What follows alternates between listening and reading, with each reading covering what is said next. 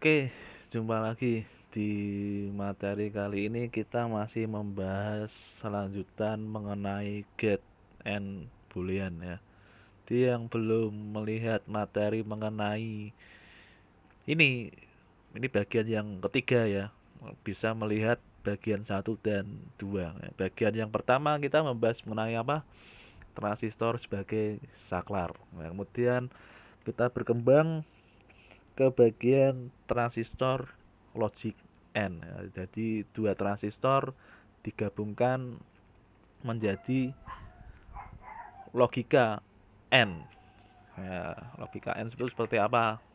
Cek langsung sendiri ya ke materinya. Nah, supaya tidak kepanjangan, kita sekarang membahas mengenai logic yang berikutnya, yaitu logic OR. Ya, logic OR itu seperti apa? Ya, logic OR itu tidak usah terlalu dibikin susah. Nah, ini kalau kita di SD SMP kita mengenal yang disebut rangkaian apa? Rangkaian paralel. Nah, rangkaian paralel. Rangkaian paralel itu seperti apa? Ya, jadi saya mempunyai dua saklar seperti kemarin masih sama. Ini saklar yang pertama sebut saja A. Nah, saklar yang kedua ya, sebut saja B. Ya, saklar B. Ya, saklar B saling terhubungkan dan di endingnya ini ada lampu. Nah, ada lampu dan tak lupa ada sumber listrik. Tidak ada listrik tidak bisa jalan. Nah, ini rangkaian paralel. Ya. Apa hubungannya rangkaian paralel dan logic OR? Nah, jadi kita lihat dulu konsepnya. Nah, ini lampu ya L. Nah, ini sumber listrik S gitu ya. Nah, ini gimana? Atau sama dengan inilah VCC. Ya, ini VCC. Ya. Oke, apa yang terjadi dari gambar ini? Kita lihat ketika saklar A ini off dan saklar B ini off, apakah lampunya bisa hidup? Lampu L ini bisa hidup? Tidak bisa ya. Kenapa kok tidak bisa? Karena tidak ada arus yang mengalir dari sumber ke lampunya. Tidak ada. Nah, bagaimana supaya lampu ini bisa nyala? Syaratnya salah satu saklar harus hidup ya. Saklar yang A atau yang B. Nah, salah satu saja. Berbeda dengan logic N ya. Kalau logic N salah satu mati, salah satu saklar off, maka lampunya tidak bisa hidup. Ya, ini salah satu saja hidup, saklarnya nyambung, lampunya hidup. Nah, kalau dua-duanya gimana?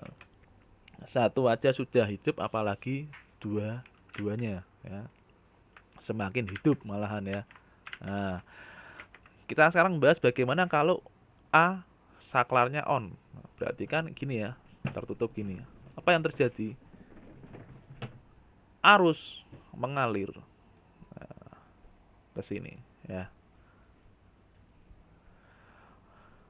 Jadi karena ada arus yang mengalir, maka lampunya hidup. Nah, bagaimana kalau saklar A ini off? Ini off ya. Saklar B on. Arus mengalirnya kemana nih? Nah, ke sini, ke B. Ke A gimana? Tidak ada arus. Nah, jadi langsung lewat dari sumber ke B tanpa ke A. Bagaimana kalau dua-duanya? Kalau dua-duanya ya ada arus yang mengalir ke B, ada arus yang mengalir ke A ketika saklar A dan B hidup, sehingga lampu hidup. Ya, konsepnya seperti itu ya. Transistor rangkaian paralel. Ya, rangkaian paralel. Nah, sekarang kita lihat di transistornya. Seperti apa sih kalau di transistornya? Nah, yuk kita lihat. Ini ada inputan A dan B ya. Nah, bagaimana ketika A mendapat input tegangan, nah, maka ada arus yang mengalir ya dari VCC. ya, ke T1, ke T1. Nah, T1 dia mengalir ke sini, out. Nah, ini posisinya A on, B mati ya. B mati gimana kalau B mati? Kan tidak ada arus yang mengalir ke T2. Nah, ya. Kenapa kok tidak ada yang arus yang mengalir ke T2? Ya karena T2 saklar off, saklar open. Nah, bagaimana kalau ketika yang B ini on? Nah, B ini on berarti ada arus yang mengalir dari VCC ya ke T2. Nah, T2 ke sini. Nah, kalau A diberi tegangan, maka di sini menjadi titik kumpul, nah, antara arus dari transistor A dan B. Nah, seperti di sini. Nah, sehingga outputnya akan bisa menghasilkan tegangan ya, output 1. Nah, jadi itu gambarannya. Nah, gerbang logikanya seperti apa? Gerbang logikanya, gerbang logikanya B A. Nah, ini ya, B ini, A ini, ya, outnya di sini. B0, A0, ya, diberi kondisinya 0, maka outputnya juga 0. Lampu tidak menyala. Saklar di B off, saklar di A on, lampu menyala. Ya. Saklar di B on, saklar di A off, outputnya lampunya menyala. Satu saja menyala, apalagi dua-duanya saklar menyala. Hasilnya lampunya tetap menyala. Nah, itulah konsep dari logic OR ya. Berbeda dengan AND ya. Ya, kalau AND, kapan outputnya bernilai 1? Ketika salah satu inputan nilainya 1. Ya. Beda dengan di N. Kapan N bernilai 1? Ketika keseluruhan input nilainya 1.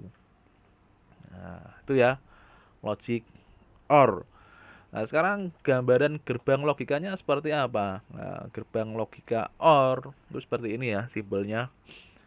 Outputnya A, B, kemudian outputnya X. Nah, di sini beda ya, kalau N bentuknya lurus ya. Nah, sedangkan di OR sedikit ada lengkungannya di sini.